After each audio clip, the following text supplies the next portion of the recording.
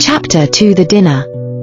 With one last reassuring pulse of light, Adora grew quiet. Luna opened the door and stepped into the hallway, the sounds of laughter and clinking dishes drifting up the stairs, while beyond the castle walls, the storm continued to gather, waiting for the moment dinner would end and destiny would begin. As Luna walked down the corridor, she suddenly heard a soft gasp followed by the sound of fruit scattering across the marble floor.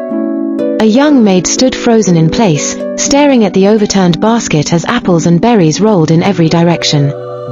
Before the maid could react, Luna rushed forward, kneeling down and gathering the fallen fruit into her arms. "Your Highness, you don't have to do that," the maid said quickly, her face flushing with embarrassment. Luna smiled, brushing a strand of dark hair from her face as she reached for a stray apple. "Yes, I do," Luna replied warmly.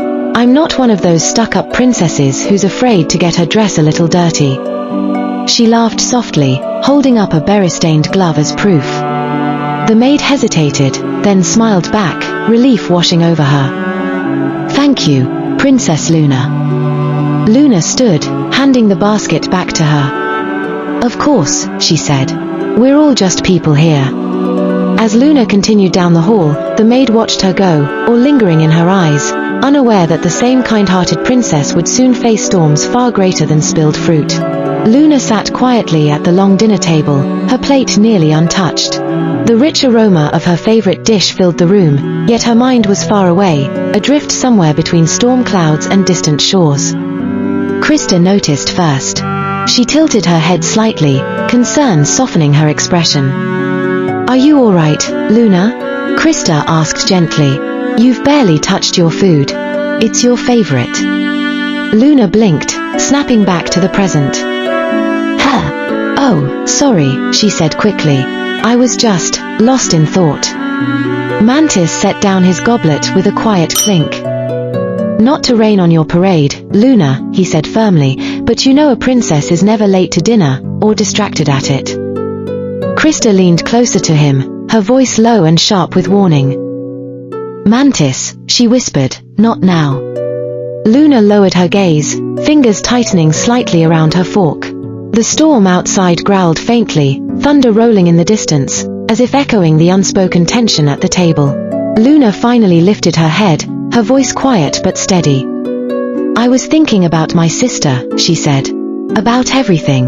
And I think I might have an idea of..." Mantis's chair scraped sharply against the floor as he straightened, his expression darkening. "We do not talk about your sister at the dinner table," he snapped, his voice edged with anger. The room fell silent. Even the servants froze.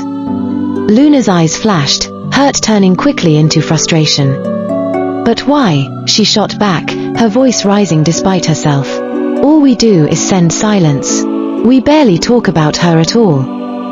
Her hands clenched into fists. She didn't stop existing just because she disappeared. Krista inhaled sharply, her face pale, torn between them. "Luna," she whispered.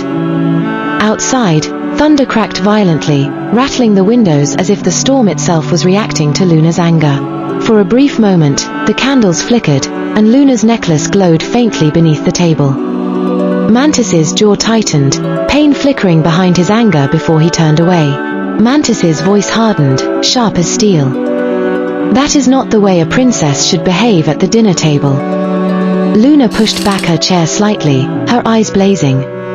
"I'm not one of those other princesses," she said. "So why do you treat me like one?" The room felt unbearably tight, the air thick with unspoken words. Suddenly, Mantis slammed his hands down on the table, the dishes rattling violently. "Go to your room," he ordered. Luna stood, her chair scraping loudly against the floor. "So you're scared," she said, her voice shaking but defiant. "Scared of me talking about my sister?" Mantis's head snapped up.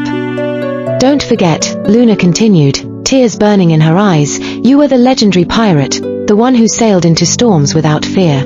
The pirate who went off duty the moment you married Mom." "Enough," Mantis yelled, his voice echoing through the hall. Luna's hands trembled. Her voice broke. "Fine," she said bitterly. "I like being in there anyway." She turned toward the door, tears finally spilling over. At least my spirit guide has common sense.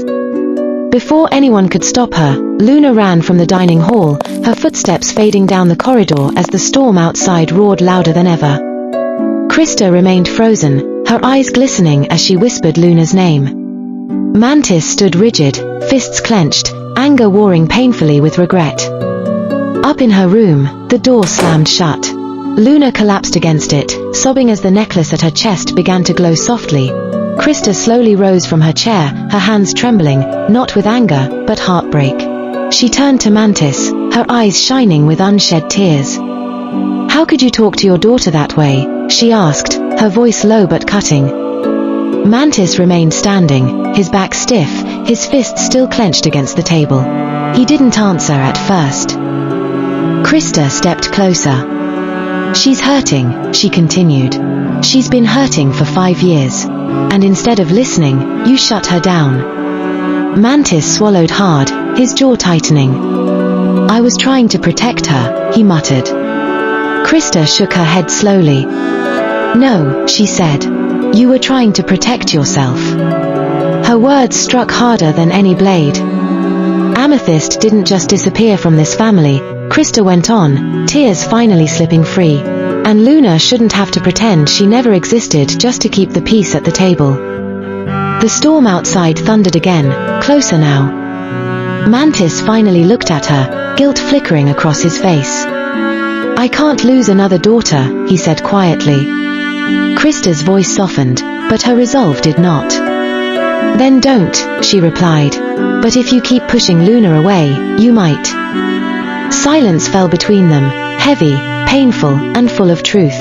Luna collapsed onto her bed, the weight of the night finally crushing down on her. Her shoulders shook as tears soaked into the pillows, each sob carrying years of fear, anger, and longing. The necklace at her chest began to glow gently. A soft shimmer filled the room as Adora emerged, her form translucent and glowing like moonlight through mist. Adora floated closer, her voice barely above a whisper. "Don't cry," she said gently. "Please, it hurts to see you like this." Luna turned her face into the pillow, her voice muffled and broken. "I just want her back," she sobbed. "Why won't he even let me talk about her?" Adora sat beside her, carefully brushing Luna's dark hair back with a hand that felt warm despite being made of light. "Because he's afraid," Adora said softly. "But fear doesn't mean he doesn't love you." The storm outside rumbled low, like a distant heartbeat. "You're not alone, Luna," Adora continued. "You never have been. And you never will be." The room filled with a gentle glow, stars from Luna's gown reflecting onto the walls as if the constellations themselves had come to comfort her. Luna's sobs slowly softened, though the tears still fell. "Promise you won't leave," she whispered. Adora smiled through her own shimmering tears. "I promise."